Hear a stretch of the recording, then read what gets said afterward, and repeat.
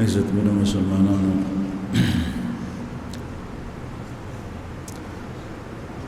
د خو پیغمبر صلی الله علیه وسلم د سیرت په سلسله کې د بیعة العقبة الثانیه واقعا بیان شوی چې 15 کسان د مدینه منورې په دغه بیعت کې شریکو او حضرت عباس رضی الله عنه چې رسول الله صلی الله علیه وسلم ترو اگر کدی وخت کې لا اسلام ظاهر کړي نو د خلکو ته د غي وینا او بیا د خلکو عهد او پیمان او بیا رسول الله صلی الله علیه وسلم ته د انصار ویل چې سیب ته موږ نسو واړي ویل الله د پاره د ندا غوړم چې تاسو به د یو الله بندگی کوي دا غسر به څوک شریک نه ګرځي او د خپل مرګرو لپاره دا غوړم چې تاسو به زما مرګرو ته مراد ته صحابه پناه ورکوي او داسې به د دوی او زما خیال ساتي لکه څنګه چې د خپل ځان د خپل بچو د خپل اهل او عیال له ښځو خیال ساتي او د ځان دپاره د نه دا غواړم چې زه تاسو ته کومه خبره وکړم نو دا به منئ دوی تپوس وکړو چې موږ ته به د دې په عوض کې سي وی تاسو ته به الله جل جلاله په آخرت کې دی په بدل کې جنت درکوي او د آخرت نعمتونه به ټول درکوي موږ ته خو چې څوک دا ووایي نو زموږ دا خبرې د سر د پاسه تېرې شي او هغه سوچه خلک وی چې بس موږ په دې خبره تا سره بیعت کوو چې موږ به ستا حفاظت کوو دغسې دې انصارو تر اخره پورې کړي بالکل د هغې نه ذره برابر نه دي رستو شي رسول الله صلی الله علیه وسلم ته په دې انصارو کې یو صحابي دی ابوالهیثم ابن تیهان هغه ووی چې صاحب یا رسول الله اسینی چې کله ته مدینې ته موږ سره لاړ شې او بیا د مکې په خلکو باندې تا ته الله جل جلاله غلبه نصیب کړي نو موږ بیا یوازې پرېږدي او ته واپس مکې ته راشي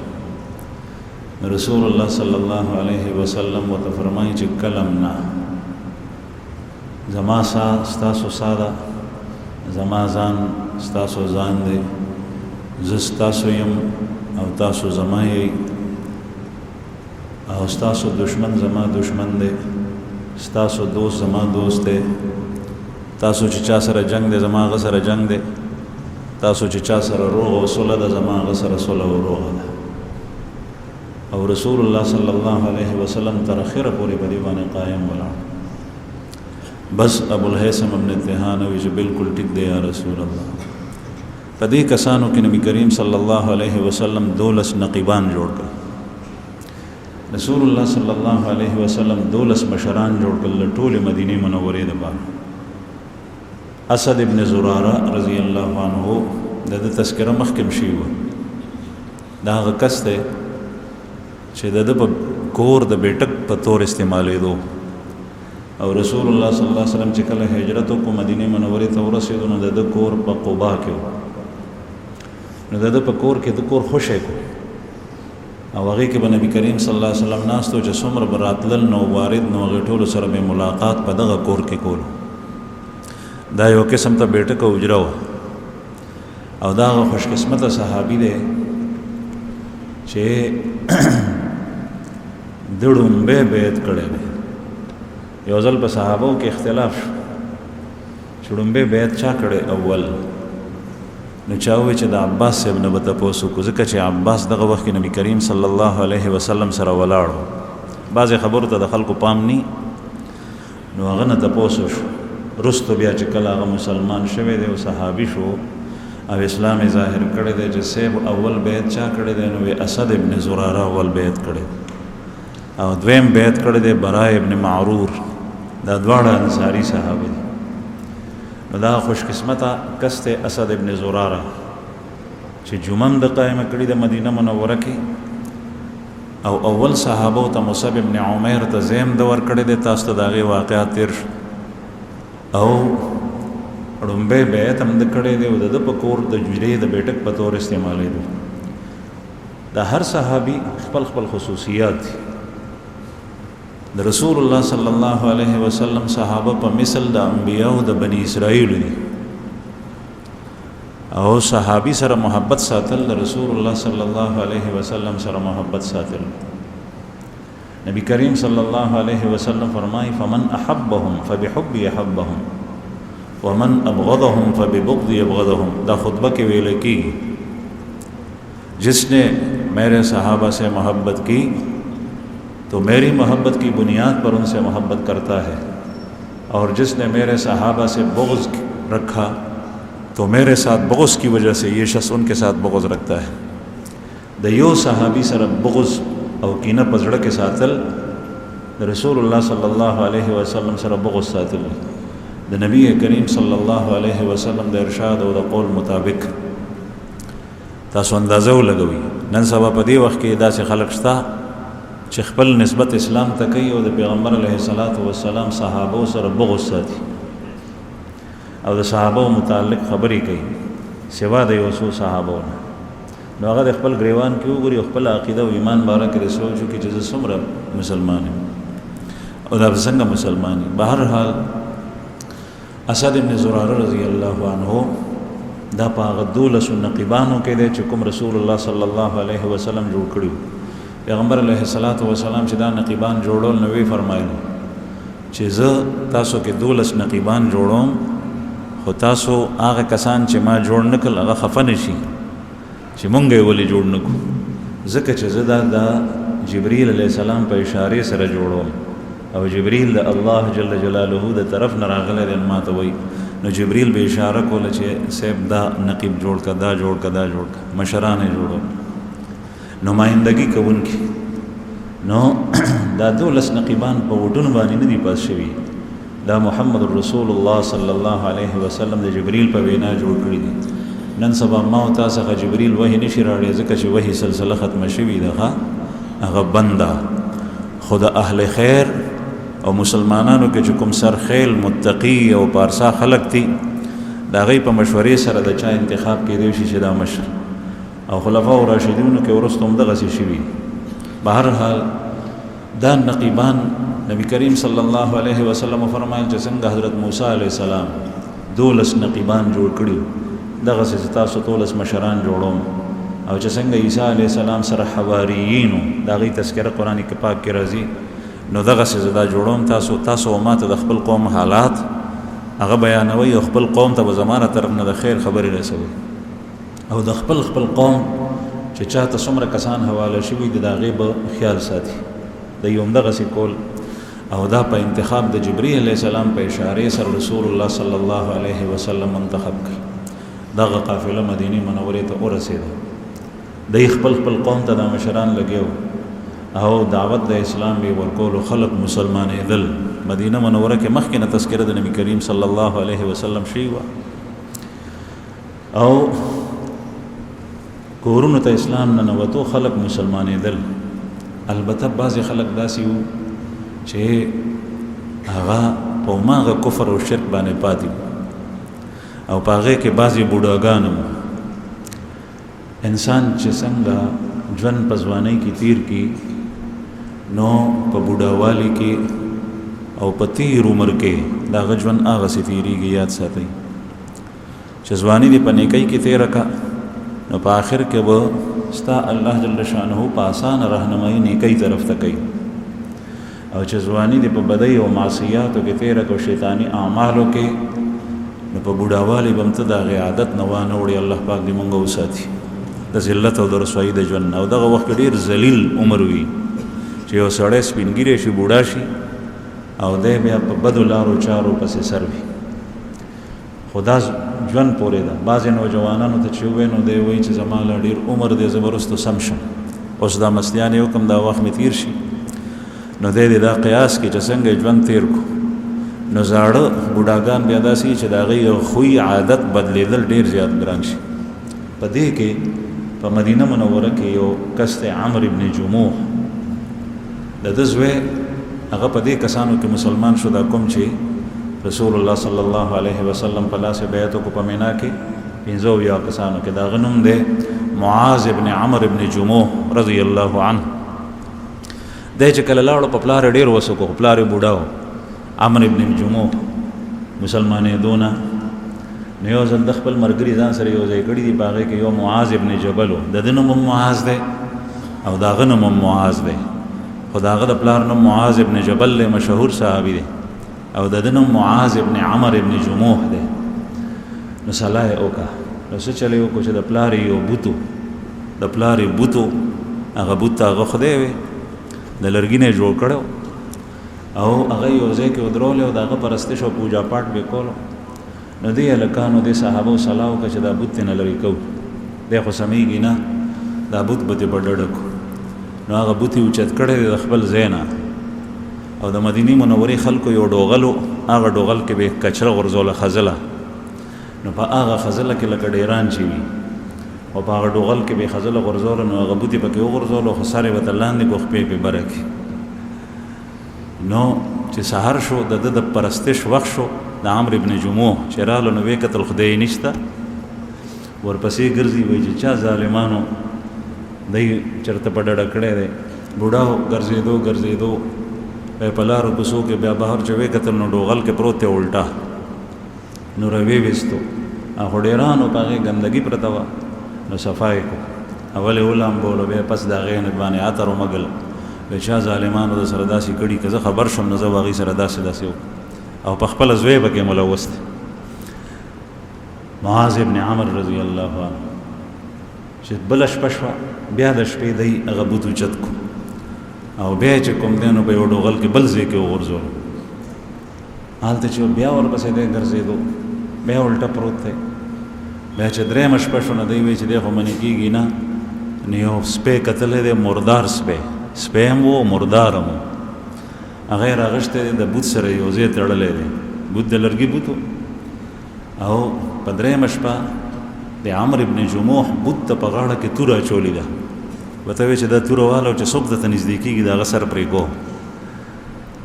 ده خو ورته خدای وي. انسان الله جل شانه ډېر قیمتي پیدا کړی، خو چې کله دی په کږو لارو روان شي نو د ده د زړه بصیرت ختم شي، دی بیا تور ته سپین وایي، سپین ته تور وایي، دی حق ته باطل وایي، باطل ته حق وایي. رسول الله صلی الله علیه وسلم دغه وجه نه دعا غوښتې ده، اللهم ارنی الحق حقا وارزقنی اتباعه، اے اللہ مجھے حق حق کی شکل میں دکھائی اور حق کا اتباع نصیب فرما، وارنی الباطل باطلا وارزقنا اجتنابا، اور مجھے باطل باطل کی صورت میں دکھائی اور باطل سے اجتناب نصیب فرما. دا انسان اس پتن لگی او دا دعا بھی ہر مثبت غصہ، یا مقلب القلوب ثبت قلبی علی دینک، اے د زړونو اړون کیا زما زړه په دین باندې قائم ساته. دا دعا غواړي هیڅ پتن لګي د انسان په خپل تقوا، په خپل نیکی، په خپل تلاوتونو، په خپل ذکرونو، په خپل تهجدونو، دا هر څه کوي، دا نیک اعمال دي او دا الله د قرب ذریعې دي، خو په دې کلم اعتبار ونه کوي چې زه دومره صاحب تقوا یم، ما سره شیطان څه نشي کولی. هیڅ پتن لګي چې انسان څه وخت یې وي چې کله د زړه سترګې ړندې شوې، بیا د اوس بوت د لاس په خپلو لاسو جوړ کړی، د لرګي نه جوړ کړی، او بیا د هغه په غاړه کې توره اچو، خو هوښیار سړی ورته وایي چې سړی راشي چې څوک د سره دا کار کوي نو پرې توره یې واهه، چې شپه شوه نو دا حضرات بیا راغلی، نو دغه بوت یې واغېشتو، توره یې ترېنه لرې کړه ځکه چې توره قیمتي شی و، توره یې ترې وویسته او سپی یې ورسره غوټه کړو او دواړه په بند وتړل او یو غټه کنده کې ځوړند کړل او هغه پړې د ونې جړې سره وتړلو، لرې د آبادۍ نه ځوان. چې سبا شو دی ورپسې ګرځي چې نن خو مې د توره هم ورکړي وه، بیا هم نشته. ګرځېدو لرې بهر چاته وکتل نو کنده کې ځوړند دی او سر یې لاندې دی، خپونه یې تړلی و دی، هغه سپی هم ورسره دغسې ځوړند دی.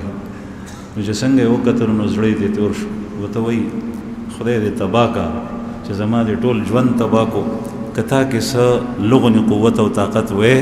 نو تا به کم از کم خپل ځان خو بچ کړی و، چې ته خپل ځان ته نجات نشې ورکولی، ته ما ته څه نجات راکړي. رالو کلمه یې وویل، مسلمان شو، او په هغې باندې به د الله ډېر شکر استو چې په آخر عمر کې الله جل جلاله ما ته هدایت نصیب کړو. دغسې پرې خو په دې حالت کې په هغه کوي. نو دا کسان مسلمانېدل، د مدینې منورې خلک اکثر اوس او خزرج دا مسلمانان شو. رسول الله صلی الله علیه وسلم صحابو ته امر وکړو چې ځئ هجرت کوئ. چې کله دا قافله واپس ورسېده، د مدینې منورې ماحول سازگار دی، ځای جوړ دی. دا یاد ساتئ، تاسو ته زه عرض کوم د خپلو بچو په باره کې او د خپل ځان په باره کې چې ځان ته ماحول او معاشره سم وګورئ. د فتنو زمانه ده، د پیسې دپاره خپل زوی فرانس ته، ناروې ته، سویډن ته، امریکې ته ماستو د هغه په قسمت کې چې کوم رزق دی هغه به الله جل جلاله دلته ورکوي. د چا رزق یو نوړی هم بل څوک نشي خوړی. رسول الله صلی الله علیه وسلم احادیث او قرآن پاک نه ثابته ده چې ستا د بچي او ستا په قسمت کې کوم رزق وي هغه به تا ته الله جل جلاله دلته درکوي. او چې نی نو زمونږ مشرانو به خبره کوله پخوا به هندوستان لرې و، وایي که تر هندوستانه لاړ شي نو بیا چې دیني په قسمت کې نو نه پیدا کړي. اوس خو لرې لرې خلک ځي، نو داسې ماحول او معاشره ده چې هلته خپل ایمان بچ کول ګران شي. مونږ ته واقعات بیان کړي دي بعضې خلکو چې صاحب رالمه پیسې مې لګولې دومره دومره تاوانونه مې وکړل، خو داسې ځای دی چې د خنزیر د غوښې نه علاوه بله غوښه نشته، او د سرو کافرو نه علاوه بل کس مسلمان نه وینم، او د ګندو شرابخانو نه علاوه جماعت چېته نه وینم. ډېر سخت پریشان یم. نو هلکه په خپلو لاسو دې کړي دي، ته چا په زور خو نه یې راښکلی، بلکې تا ځان خطره کې اچولی دی. او دې ځای ته د ځان رسول تا وی چې هلته کې د پیسو ډېري دي، زه به یې راغونډوم او کلي ته به یې راړم. نو اول سوچ د ایمان په باره کې کو، د خپل دین په باره کې کو. رسول الله صلی الله علیه وسلم خو چې به قافله رخصتوله، مسافر به رخصتولو، نو تاسو به اورېدلي خو غور به منی کړی. دا دعا به وي استودع الله دینک و امانتک،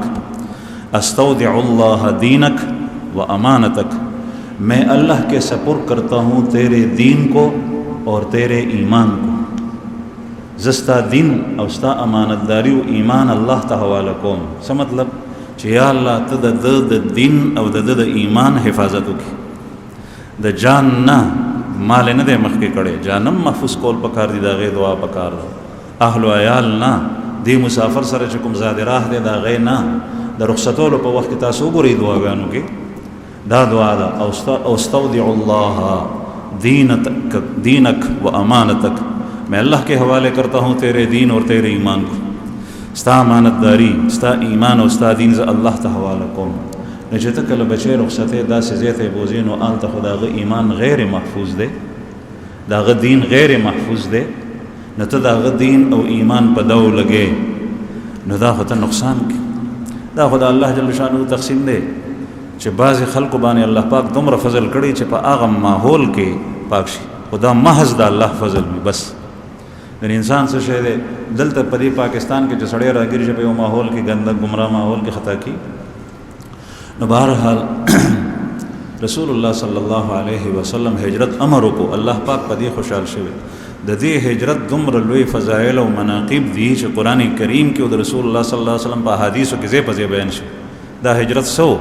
دی د خپل ایمان د حفاظت لپاره،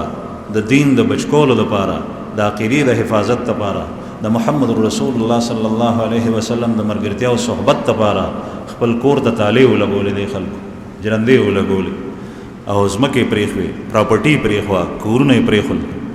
روان شو مدینې منورې ته. نو هجرت امر رسول الله صلی الله علیه وسلم وکړو. تاسو ته اوس بیانېږي چې څه یې کړي دي. رسول الله صلی الله علیه وسلم پیشگی خوبونه لیدل، خوبونه لکه څنګه چې د نبوت نه مخکې خوبونه لیدل، نو داسې د هجرت نه مخکې خوبونه لیدل. په خوب کې به رسول الله صلی الله علیه وسلم لیدل چې ته به داسې علاقې ته هجرت کې چې هغه به د کجورو علاقې، باغونه به یې هلته ډېر. نو هغه زمانه کې 3 قسمه علاقې وې چې هلته کې ځمکه زرخیزه وه، کجورې ډېر زیات. یو یمامه چې هغه په بحرین کې راتله، او د هغه زمانې بحرین چې و د نن سبا بحرین نه، نن سبا بحرین خو د یو قلم د سوکې ټکی دی. هغه زمانه کې بحرین د سعودي عربستان د جزیره نما د عراق نه واخله تر عمان مسقط پورې دا ټوله پټۍ چې څومره په خلیج فارس باندې دا ټول بحرین. دې کې کجورې یمامه مشهور او په کجورو کې فصلونه ډېر زیات کېدل. نن سبا الاحصا نومې ځای دی په دغه بحرین کې، په قدیم بحرین کې راځي الاحصا، دا د سعودي په بارډر باندې پروت دی، ډېر زیات باغات دي. نو نبی کریم صلی الله علیه وسلم ته په خوب کې ولیدل شو چې ته به ذات النخل داسې علاقې ته هجرت کې چې هغه به د کجورو علاقه وي. نو یو دا علاقه وه بلق نصرین و شام طرف ته، دیار حجر، دیار سمود، د صالح علیه السلام د قوم هغه علاقې چې کوم هلاک شوي د هغوی په علاقه باندې هلته کې باغونه دي ډېر. دریم مدینه منوره وه. نو نبی کریم صلی الله علیه وسلم د تعیین نو شوی، نو کله به ذهن یمامي ته تلو، کله شام ته حجر طرف ته، کله مدینه منورې طرف ته، چې بیا تعین هم د دې خبرو شو وحی راغله چې ستا هجرت چېرته دی؟ مدینه منورې ته تګ دی، چې هغه زمانه کې نوم یثرب. او دا دین معلومیږي چې کله د محمد رسول الله صلی الله علیه وسلم مهاجر یعنی زید هجرت دا ګرځېدلی دی، نو دا په ټولو علاقو کې افضل علاقه مدینه منوره. رسول الله صلی الله علیه وسلم دا خوب ولیدو، صحابو ته امر وکړو چې دلته نه ځئ. صحابه روان شول. یو ډومبې کورنۍ چې هغه هجرت شروع کړی دی هغه څوک دی؟ دا ابو سلمه رضی الله عنه او د ده بیبي ام سلمه رضی الله عنها او د دوی بچی یو هلک ورسره، ښځه خاوندو یو ماشوم. دې کورنۍ چې نن سبا ورته فیملی وایي، دی روان شول په هجرت باندې. اوښي تیار کو ابو سلمه رضی الله عنه، په هغې باندې زاد راه توخه کېښوه او بیبي هم پې باندې کېنوله او بچی هم پې باندې سور کو، خپله یې مهار نیولی دی د آبادۍ نه چې بهر شي نو بیا به پې دی هم سورېږي. نو چې څنګه دی روانېدو، نو د ام سلمه رضی الله عنها دا هغه بیبي ده چې رستو د ده د وفات نه پس د نبی کریم صلی الله علیه وسلم نکاح ته راغلي ده. علما او طالبان پیژني په حدیثو کې د دې روایات ام المؤمنین حضرت عائشه رضی الله عنها پسې دویمه انتهایی ذهین او زیرکه بیبي ده، او فقهي مسائل د ام المؤمنین نه ډېر زیات او د دې نه به صحابو تپوسونه کول بیا دویم نمبر. الله جل جلاله ورته داسې په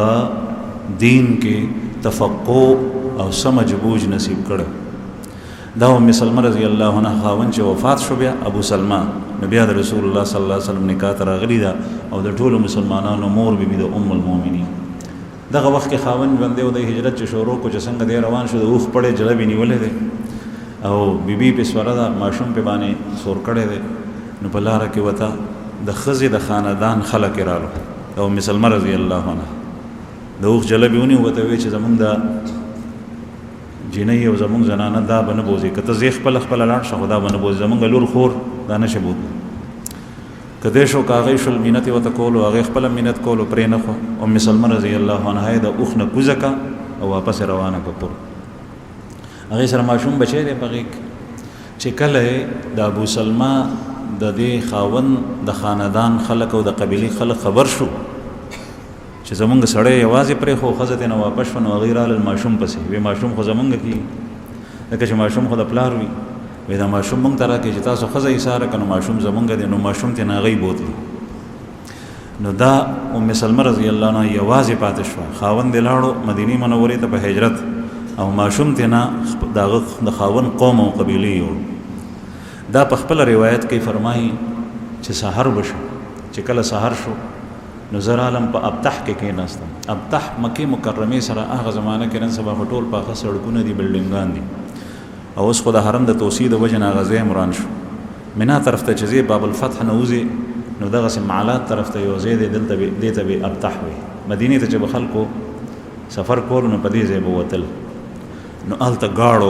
مونږ ورته گاړ وایو، دا خوړ کې چې کوم ځای کې اوبه بهیږي نري کاڼي وي، دې ته به ابطح وي. نو دا وایي چې زه به دلته راووتم، د مدینې لار وه، دلته نه به خلک روانېدو قافلې، زه به دلته کېناستم او بیا به چې کوم دی نو سهار نه تر ماښامه پورې ما جړل چې ماشوم رانه دې طرف ته لاړو، خاوند مې هغه طرف ته لاړو، څوک شته دی، زه به څنګه ځم. نو سهار نه تر ماښام به زما ورځ دلته په ژړا په فریاد تېره شو. په دې کې کال تېر شو، ثابت کال، چې بیا زما د ترونو زامنو کې بعضې خلک د خاندان خلک رالو او زما د کور بنیانو ته وی چې په دې مظلومې باندې ترس وکئ، رحم وکئ. ثابت کال تېر شو او د دې خاوند چې کوم دی نو هغه تللی دی، دا ولې تزنوئ تاسو؟ هغوی زړه کې لغونې د رحم اوبه راغلې او جذبات رالل، اجازه دې ورکړو، وی ټیک ده. هلته نه د ماشوم چې چا بوتلی و هغوی ورته ماشوم راوستو، وی ټیک. حضرت ام سلمه رضی الله عنها په اوښ باندې سوره شوه، یوازې د خپل بچي سره روانه شوه. دا د اتو 9 ورځو چې په چال به درمیانه چال زی او پکې ناغه نه کې نو د اتو ورځو مزل له کنيسه وام لګي مدینه منورې ته د اوخ نن سبا په موټرو کې او کلاریو کې جی شپږ غنټې لګي 8 غنټې لګي یا کله کمې ولګي ام سلمہ رضی الله عنها د مکې د آبادی نو وته تنعیم ته ورسېده تنعیم هغه ځای دی چې نن سبا کوم ځای کې حاجیان عمرې آلته چې کلوي او عمرې نیت کوي نو چې څوک نږدې نه احرام تړي نو تنعیم نه تړي نن سبا چې وګورئ نو تنعیم د مکې مکرمه په آبادی کې راځي آلته جمعات ته هغې ته مسجد عایشه وایي نو دغه مسجد عایشه دې ځای دا تنعیم دی دلته چې دا بیبي ورسېده نو آلته کې عثمان ابن طلحه یو کس دی دغه وخت کې دی مسلمان نه دی په حالت د شرک دی دا یوازې روانه ده په عربی کې به هغه زنانه ته چې هغې سره به سړی نو په سفر روانه و نو زعینه به ورته وي یوازې په سفر روانه ده چې ویې کتل زنانه ده ماشوم دی ورته ویې چې چېرته ځې وایي زه مدینې منورې ته خاوند مې هلته دی نو هغه ورته وایي چې تا سره څوک نارینه نشته ته به یوازې سفر کې وایي چې یو څوک نشته را سره دا عثمان ابن طلحه کفر حالت دی د شرک حالت دی الله جل جلاله د په زړه کې واچوله چې دا زنانه یوازې ده دا ورسو مدینې ته د اتو ورځو د یو ډډې مزل دی د اتو ورځو د بلې ډډې مزل دی او دی پیاده روان دی او زنانه په اوښ باندې سوره ده او د اوښ جلبې ونیولو دی مخکې مخکې ځي شاید زنانه ده او چې کله په اوښ باندې سړی کوزیږي او خیږي نو دغه وخت کې د انسان حالت مختلف وي زنانه چې سورېږي او کوزیږي نو خامخا کپڑے ښکته پورته شي نو دی عثمان ابن طلحه بل لرې به لاړو اوښ به یې کېنولو شا به یې کوته او لرې به یې ځان ته ونه وکته د هغې سوري ته به پرېوتو او دې بیبي ته به وایي چې ته دې دی کې سوري ته سره د ماشوم دی به په ډډه لاړو او چې کله به د تلو وخت رالو نو بیا به دا په اوښ باندې اول سوره شوه بیا به دی رالو جلب به ونیو روان به شي په دې طریقه باندې په ټوله لار دغه ترتیب سره ام سلمه رضی الله عنها قبا ته ورسوله به ته وایي چې ستا خاوند دغه ځای کې دی خپل خاوند سره یو ځای شه دا وایي چې زه خاوند ته ورسېدم ما د عثمان ابن طلحه غونې انتهایي حیادار او حیاناک سړی بل څوک نه دي لیدلي په دې خبره به ام سلمه رضی الله عنها قسم خوړو والله ما رأیت احدا مثل عثمان ابن طلحه د عثمان ابن طلحه غونې حیادار سړی ما نه دی لیدلی دا بیبي هلته ورسولو دا ړومبی د هجرت واقعه وه چې خاوند یې اوله هجرت کړی دا بیا ډېر وروسته تلي د دې نه پس بیا ورو هجرت شروع شو نو دې کورونو ته به تالې لګېدې جرندې نو یو ځل ابو جهل او عتبه چې دا د کفارو مشرکینو غټ مشرانو او دواړه په جنگ بدر کې قتل شوي دي دی راووتل په کوڅو کې تېرېږي نو ویې کتل دې کور ته هم جرنده لګېدلې ده دې ته هم جرنده ده نو دا عتبه افسوس کوي اسویلی وکړو وی کله داسې وي چې په یو ښار باندې دور تیر شي د آبادۍ او کله بیا په هغې باندې زوال راشي کورونه یې بند شي نو د دې کار کورونه بند شول په اشعارو کې وي او بیا یې وی چې دا ټول قصور زمونږ د وراره دی څوک یاد کو رسول الله صلی الله علیه وسلم حالانکه دا قصور ټول د دی و ځکه چې هغه د الله جل شأنه پیغمبر او چې دی ورسره منلی وی نو په هغې کې خیر او چې چا منلي و هغې ته خیر الله جل شأنه په دنیا کې او په آخر کې وښول او دی ظلمونه نه کولی کفر باندې دی وی خو ظلمونه نه کولی نو دی خلکو هجرت نه کولو د مکې رسول الله صلی الله علیه وسلم او صحابه چې هجرت کړی دی په هجرت مجبور شوي دي خو د مکې خلکو د لاسه د کافرو د لاسه بیا دې نه پس هجرت شروع شو یو یو دوه دوه درې درې لس لس کسان ډېر کسان مدینې منورې ته لاړل نو بیا یو موقع باندې حضرت عمر رضی الله عنه هغه روان شو او عمر رضی الله عنه چې کله هجرت کولو نو 100 کسان د سره یو ځای هجرت ته روان شو دی پوره قافله وه هسې به یو کس لو پټ پټ دی چې تلو نو یو خو پوره قافله وه پوره ډله وه او بیا چې کله تلو نو خانه کعبې ته رالو او مشرکین ناستو توره یې اوچته کتې کې نه یې بار ایستي وه ورته ویې چې عمر دا دی روان دی هجرت کوي مدینې ته او که څوک خپله ښځه کونډول غواړي او خپله مور بورول غواړي نو زما مخې ته دې راشي نو چا کش نه کولو سرونه یې ټیټ نیولي حضرت عمر رضی الله عنه سره د 100 کسانو روان شو په هغې کې بعضې کسان داسې وو چې هغه د لارې نه د کفار قریشو واپس کړ لکه هشام نومې دی هغه د لارې نه واپس شو او بل یو صحابي د حضرت عمر رضی الله عنه سره دی هغه مدینه منورې ته لاړو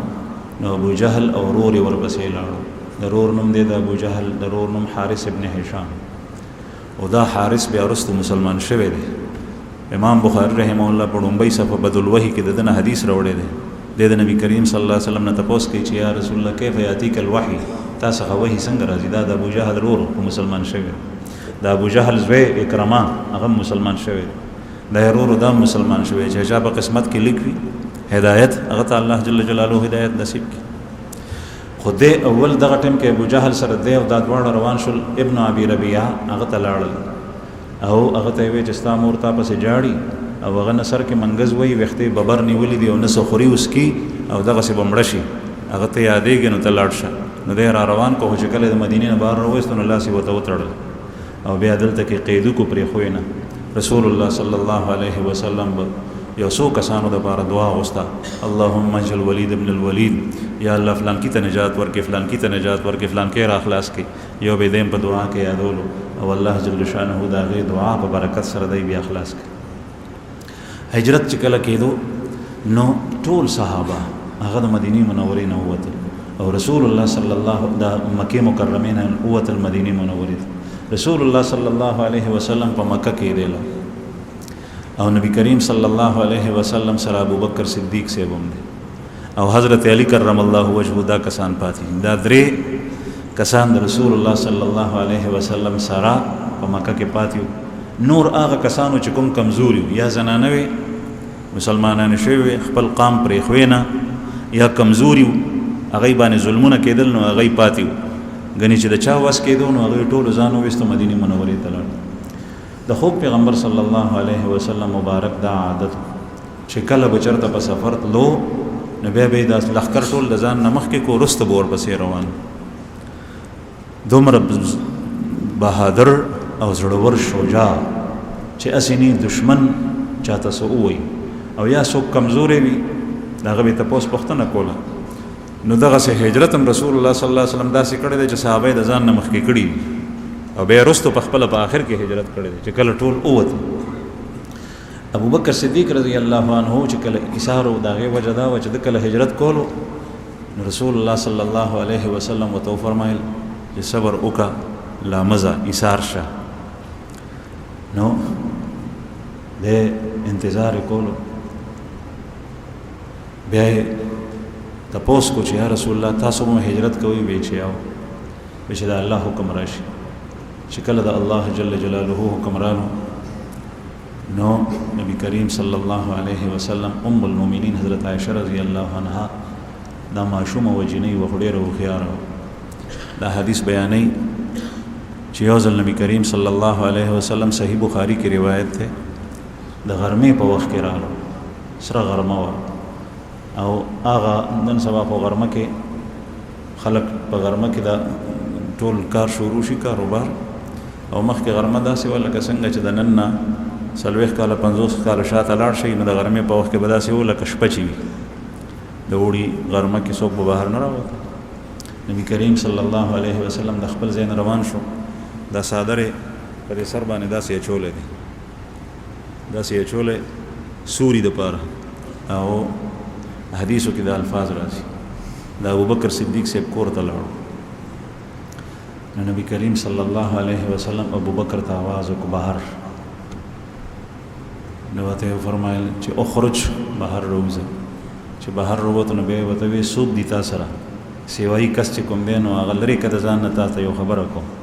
دینه معلومه شو چې مسلمانانو ته پکار دي چې خپل پټ رازونه دشمن ته نه سرګندوي نبی کریم صلی الله علیه وسلم دا احتیاط کړي د توکل لا مطلب نه دی چې ته به احتیاطي کې د توکل دا مطلب نه دی چې ته تکوینی او کونی ضابطي او اصول پرې دي د توکل لا مطلب دی چې الله جل جلاله کوم اسباب د یو کار د بار نازل کړي دي ته غي اختیار کې د توکل لا مطلب دی چې ته اعلان اعلی تدبیر وکې د یو کار د بار او پس دا غي نه چې کوم دی نو کار کې که یو سړی دعا غواړي چې الله ما ته زامن راکې وادي نه کړي نو دا څه لګیا دی ځکه چې د اولاد لپاره کونی ضابطه د الله جل جلاله تعالی چې اول وعده وکړي دا غي نه پس بیا ته د الله جل جلاله نه اولاد غواړي رسول الله صلی الله علیه وسلم په دې امور کې احتیاط کول. هغه سید الرسول خاتم النبیین دی، افضل البشر دی، او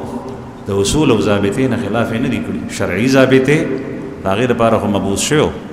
کوني ضابطې چې په دې کائناتو کې کومې کېږي د هغې خیال ساتلی. نو ابوبکر ته وایي چې تا سره څوک وي نو هغه د ځان نه لرې کړه. اخرج ابوبکر صدیق صاحب ورته وایي چې یا رسول الله دا خو ما سره صرف دوه لوڼه دي، یو اسما ده او یو عایشه ده. او حضرت عایشه رضی الله عنها عمر دغه وخت ډېر کم و، ځکه چې د دې د 9 کالو په عمر کې رخصتي شوې ده او شپږو کالو په عمر کې نکاح شوې ده. او دغه وخت کې د دې عمر تقریبا 9 کاله دی لګبګ، ماشومه ډېره هوښیاره وه. نو وایي چې نبی کریم صلی الله علیه وسلم هغه د راز خبره چې کوله ابوبکر ته هغه دا وه چې ما ته د هجرت حکم الله پاک راکړو چې وځه. نو ابوبکر صدیق صاحب ورته زر وایي الصحبه، یا رسول الله زه به د سره یم،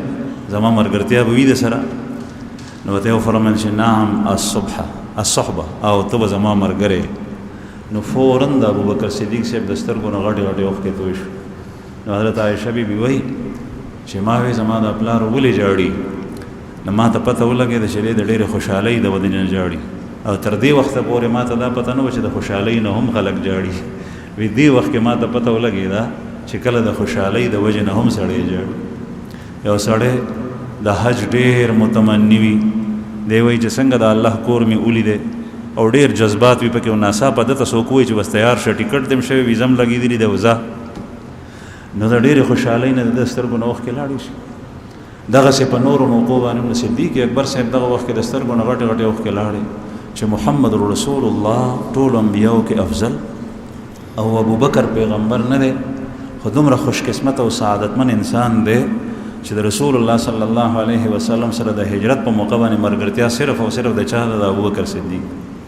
د حضرت عمر رضی الله عنه غونې شخصیت، بعضې خلک د ابوبکر صدیق صاحب سره بغض کوي، دی د خپل ځان اوتلی پتل او پکنډه چې د نبی کریم صلی الله علیه وسلم ملګری. د چا ذکر د صحبت چې په قرآن پاک کې راغلی دی، اذ یقول لصاحبه، جب پیغمبر نے اپنے صاحب سے کہا، اپنے صحابی سے کہا چې کوم سړی د ابوبکر صدیق د صحابیت نه منکر دی، د قرآن پاک د دې آیت نه منکر دی، او د قرآن کریم د آیت نه چې کوم سړی منکر وي دا کافر دی، دی مسلمان نه پاتې کېږي. که څوک انکار نه کوي نو ټیک ده، چې کوم سړی منکر وي د صحابیت د ابوبکر صدیق صاحب د صحابیت د قرآن پاک نه ثابت دی. د نورو صحابو مجموعي خو ثابت دی، لیکن د بیل بیل نه د صدیق اکبر ځان ته صحابیت د قرآن پاک نه ثابت دی. حضرت عمر رضی الله عنه وایي چې افسوس که ابوبکر دې سودا ته تیار شي نو زه په دې باندې ډېر خوښ او راضي یم چې دی ماته د غار سور یو شپه راکړي او زه دته د ټول ژوند اعمال ورکوم. د غار سور یو شپه ماته راکړي او د ټول ژوند اعمال چې کوم دی نو سودا ما سره دی وکړي، زه دې ته تیار یم، زه په دې کې تاواني نه یم. دا څوک ارمان کوي؟ حضرت عمر رضی الله عنه. د هغه هجرت تاسو واورېدل، د نبی کریم صلی الله علیه وسلم د هجرت نه مخکې شوی، هغه مدینې ته مخکې لاړ، هغه ته نبی کریم صلی الله علیه وسلم نه دی فرمایي، حالانکه په امت کې دویمه درجه د عمر رضی الله عنه ده. ابوبکر صدیق رضی الله عنه ته فرمایي ډېره خوشحالۍ نه وژړل. نو فوراً وایي چې یا رسول الله، اوس خوشحالۍ جذبات دي، یا رسول الله ما 2 اوښې اغوښتې دي، 4 میاشتې وشوې او ښه واښه ورته ورکوم، ښې مې سربې کړي دي او دا مې دې دپاره ساتلي، په دې نیت مې اغوښتې وي چې په یو به ته سپرېږې په یو زه، او دا تاسو دپاره هدیه ده. صحیح بخاري کې روایت دی، په هغې کې د دې اوښې نوم راځي الجدعا. جدا هغې ته وایي چې د هغې غوږ سیرلی شوی وي. نو بعضې وایي چې غوږ یې سیرلی شوی، بعضې وایي چې نه، نوم یې دغه جدعا دی. نو نبی کریم صلی الله علیه وسلم ورته وفرمایل چې اسې نه، په بیه یې د نه اخلم. رسول الله صلی الله علیه وسلم ته صدیق اکبر وایي چې یا رسول الله ستاسو خوښه ده چې په بیه اخلې پیسې راکړې، بیا ټیک. دې ځای کې بعضې ذهنونو کې طالب المانه اشکال هم پیښیږي چې ابوبکر صدیق خو هغه کس دی چې د ټول کور اساسا په بعضې موقعو ورکړي دي، او دا هغه کس دی چې نبی کریم صلی الله علیه وسلم د ده په باره کې فرمایي چې د هر یو کس احسان ما په دنیا کې کوز کړی دی، بلکې د هغې نه مې لا سیوا ورکړي دي، خو یو کس داسې دی چې د هغه احسان ما نه دی کوز کړی، هغه به الله کوزوي. هغه ابوبکر دی. ابوبکر صدیق رضی الله عنه دومره احسانات یې کړي. که څوک وایي چې ډېرې پیسې، نو که ډېرې پیسې نه د سخت ضرورت په وخت کې لږ شی چې انتهایی محتاج وي ورته کس د خپل ځان نه شکول او بل ته ورکول دا غټه قرباني ده. صدیق اکبر داسې کړي دي. حضرت ابوبکر صدیق رضی الله عنه بیا په دې موقع د پیسو اغشتو ته څنګه تیار شو چې وی ټیک. د هغې جواب دا دی چې ابوبکر صدیق خپله مرضي او خپل خواهش د رسول الله صلی الله علیه وسلم په خواهش کې دننه حل کړی او ګال کړی و چې څنګه نبی کریم صلی الله علیه وسلم غواړي هغسې کول. نو که هسې قبلۍ خو ټیک ته چې هسې نه قبلۍ نه بیا داسې دې ته وایي خدمت. بعضې زړی خدمت د بل کوي د مشر، هغه داسې کوي چې هغه خپله منماني کوي چې نه دا کار به خامخا زه کوم. نو دې ته خدمت نه وایي. خدمت دې ته وایي چې ته هغه ته خیر رسوې، نو د هغه خوښۍ ته وګورې، د هغه چې کوم صورت خوښ دی په هغې باندې عمل وکړي. هغه وایي چې نه دا زه کوم، ته ورته وایې چې ټیک ده، او ته ځان هغه نه قربانې، لیکن د هغه خوشحالۍ ته، د هغه خوښۍ ته، د هغه مرضۍ ته وګورې.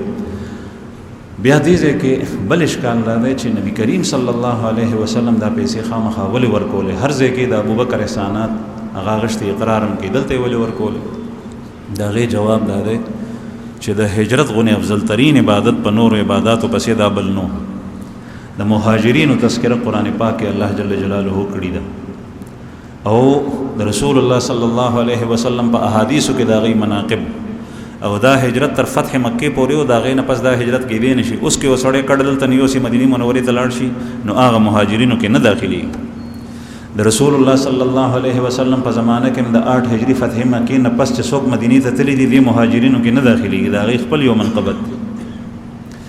دا اعزاز او دا فضیلت حاصلولو دپاره رسول الله صلی الله علیه وسلم دا غوښتل چې څنګه دا هجرت یو عبادت دی، نو چې په دې کې سرمایه زما خپله ولګي، نو ځکه یې دا پیسې خپله ورکولې. او صدیق اکبر رضی الله عنه دغه اوښې په څو اغشتې وې؟ بعضې وایي چې دا یو اوښه چې نبي کریم صلی الله علیه وسلم ته یې ورکړي نو دا په 800 درهمه وه. امام واقدي د جغرافیې او د تاریخ غټ امام دی، هغه وایي. او بعضې وایي چې نه دا دواړه اوښې اغشتې وې په 800، نو یو اوښه په 400 یا کېدی شي چې قیمت یې کم او زیات یو طرف، نو 400 درهمه باندې دا اوښه اغشتې وه. او درهم د سپینو زرو کرنسي ده، نو دا خې په ګرانه بیه باندې اغشتې. نو دغه یو اوښه نبی کریم صلی الله علیه وسلم ته ورکه، او ورته یې وفرمیل چې هجرت ته ځان تیار ساته چې څه وخت یې زه راشم نه به دلته نه به وځو. نو د هغې نه پس بیا هجرت شوی دی. الله جل جلاله دې موږ ته د خوږ پیغمبر صلی الله علیه وسلم په سیرت طیبه د عمل کولو توفیق راکړي، او د خپل سیرت، د خپل پیغمبر د سیرت محفوظ کولو توفیق دې راکړي چې دا زموږ لپاره رهنمایي ده. قرآن کریم کې الله پاک فرمائے لقد کان لکم فی رسول اللہ اسوۃ حسنہ، تمہارے لیے اللہ کے پیغمبر میں بہترین نمونہ ہے. تاسو چې چا پسې ځئ هغه د الله پیغمبر دی رسول. نن سبا په لباس کې موږ په اغیارو پسې ځو، په ناسته ولاړه کې په اغیارو پسې ځو، په خبرو اترو کې په اغیارو پسې ځو. حالانکه د مسلمان ترقی صرف او صرف د دنیا د آخر هغه د خپل خوب پیغمبر په اتباع کې. د هر یو قوم یو شناخت وي، د یهودو خپل شناخت، د سکانو خپل شناخت، د هندوانو خپل شناخت. باطل قومونه خپل شناخت نه پرېږدي، مسلمان خپل شناخت ختم کړی دی. د ده د حلیې نه پته نه لګي چې دا مسلمان دی که پیرنګی دی، والعیاذ بالله. د خبرو نه پته نه لګي چې دا مسلمان دی که مسلمان په خبرو کې خدای چې ملاقات کوي نو دی لومبی چې ملاویږي نو السلام علیکم، بل ورته وایي وعلیکم السلام. بیا د هغې نه پس چې خبرې کوي نو چېرته سبحان الله، چېرته الحمدلله، چېرته انشاء الله، چېرته ماشاء الله. وخت په وخت دا ټکي د ده د خولې نه راوځي نو پته یې لګي چې دا مسلمان دی. نن سبا څومره مسلمانان داسې دي چې هغه په ګنټو ګنټو خبرو کې دا په خوله باندې دا نوم نه راځي، د الله نوم نه راځي. د ده او د یو اغیار قوم د غیر قوم په منځ کې څه فرق دی؟ الله پاک دې زموږ د خوږ پیغمبر اتباع نصیب کړي. واخر دعوانا الحمدلله.